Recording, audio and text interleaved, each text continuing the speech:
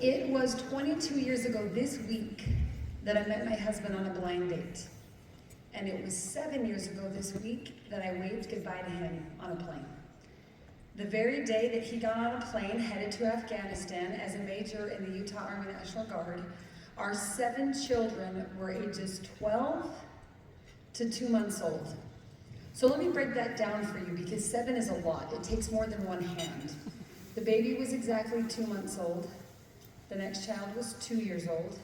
I had a 4-year-old, a 6-year-old, an 8-year-old, a 10-year-old, and a 12-year-old daughter who would much rather spend the next year of that deployment with the dad, one parent, rather than the mom. I don't know if any of you 12-year-old girls ever had a hard time with your mom, but probably by about 22 or 23, you'll like her again. So just hold on, it'll come full circle. She texts me all the time now. So many years ago, and so many years in between. 22 years ago we met. 7 years ago he got on a plane. A little over 6 years ago he was killed in action in Afghanistan while serving a people he did not know in a country I will probably never visit. Now, a few months ago, I had the opportunity to be with many of the adults in this room at the National League of Cities annual summit in Tampa, Florida. Much warmer there, by the way. While there, we get to associate with city representatives from all across the country. And today there was a message shared by one of those members of the Arkansas Municipal League on LinkedIn, where he spoke of their annual slogan for the year, for their municipal league. And the slogan was, "Called to serve." Now, many of us in this room have probably heard that phrase for years and years. We might even be able to sing a song about it. But take it out of any kind of hymn book and think of being called to serve. I know my husband felt called to serve in a uniform. He also felt called to serve on the city council and then later as mayor. Now, each of you in this room, young or old, probably at some point felt called to serve in the position you're in. Maybe that calling came directly from God to you. From the universe, the higher power, your destiny just puts you in that position. Maybe the call to serve came because there's just that one pesky issue that drives you crazy, whether in the student body of your high school or the city in which you live, that you are determined to fix, single-handedly, and so you ran for office.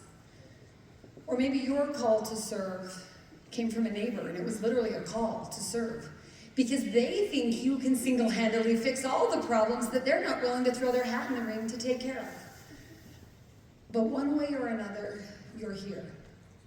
And even if you're not sure you've been called to serve, let me be the one to put it into words. You're called to serve.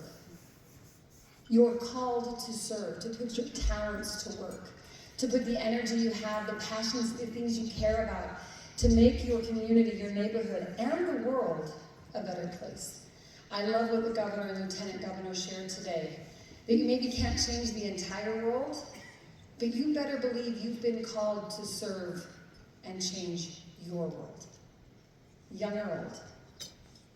And so here we stand today, a group full of city leaders, a group full of city youth leaders, tables scattered around with people from the legislature who probably are in a really big hurry to get back up to the Capitol. But don't worry, because I'm in the hurry to get back to North Ogden for a basketball game. Orion Junior High is taking on Walquist at 3, and it's really going to be a tough game. I can't miss my little boy as he gets on that court.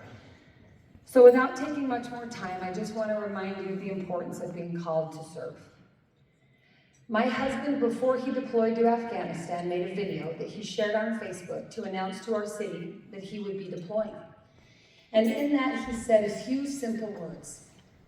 He said, "Service is what leadership is all about." Now, anybody who's been in a position of leadership knows that, young or old. Service is what leadership is all about. But unfortunately, sometimes it seems we think that exhaustion and fatigue and overwhelm is what service is all about. And if that's the case, it's probably because we're doing it wrong. We're trying to exhaust every capacity we have to do everything we can to accomplish what we set out to get done. When in reality, we are called to serve and to motivate others to serve with us. Rather than thinking of the capacity you have, no matter how great, think of the great good that can be done when you activate and tap into the resources around you. When as a leader, you don't just roll up your sleeves and get to work, but you inspire your friends and neighbors to come with you. When you lead in such a way that they want to be with you from the beginning to the end. They want to be the first there and last to leave. They don't want to just complain about the issues, but find a solution and bring them to pass. That's how service is what leadership is all about. And so as you're serving here today, remember, yes, you have great capacity. And with great capacity comes great responsibility. Just ask Spider-Man, because that's about how he said it. But imagine what you can do as a team. Your entire youth council, your entire city or town, your entire legislature. If we get together, young and old, experienced and novice, elected and lay person, think of the good we can do. We have been called to serve. Called to serve our fellow man. Called to serve our families and generations unborn. Called to serve together. And so today it's my honor to stand here in honor of my late husband, Major and Mayor Brent Taylor, and in honor of all of you, the adults in this room, who work tirelessly to try to motivate others to serve tirelessly with you. And today we get to honor one of the members of the Utah League of Cities and Towns, one of the elected officials from this beautiful state, who was nominated not once, but I think at least half a dozen times by different people who have noticed her tenacity, her willingness to serve, her ability to think outside of the box, her ability to take her city, which is kind of an older one, with infrastructure issues to worry about, and not use it as an excuse. To take issues of growth, to take issues of infrastructure, to take issues of education and recreation and quality of life like Mayor Walker spoke about. This city leader has had the capacity to inspire others to serve, not just by raising taxes so we can pay for everything, but by finding innovative ways, by being a grant writer herself, by motivating citizens to, of their own free will, contribute to fundraisers so that they can do things like save the city pool and build pickleball courts so that my dad has a place to play every morning and every afternoon, because that is what he does in his spare time. This mayor has led not only her city council forward, not only the residents of her city, but the young people. In fact, the day before high school started, they're getting a little worried about safety on the roads, law enforcement of teenage drivers. She motivated a bunch of students to get some buckets of red paint and paint the curbs, so that it could be very clear where you do and don't park as school gets back in session. It is a great honor for me and for our family to join with you in honoring today the great mayor of Parowan City, Mollie Halterman.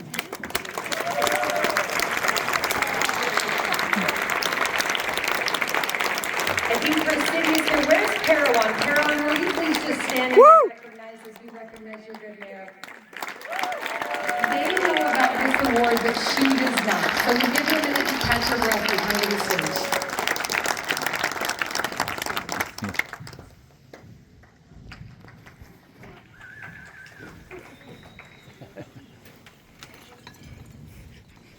That was such a surreal experience, because I was like, is it Aaron Mendenhall?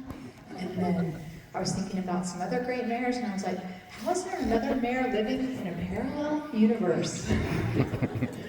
Never in a million years did I think it was me, and I am beyond honored and humbled by this award. Thank you so much. Oh, I should add, I just realized I almost did a mortal sin. Could not have done it without the team.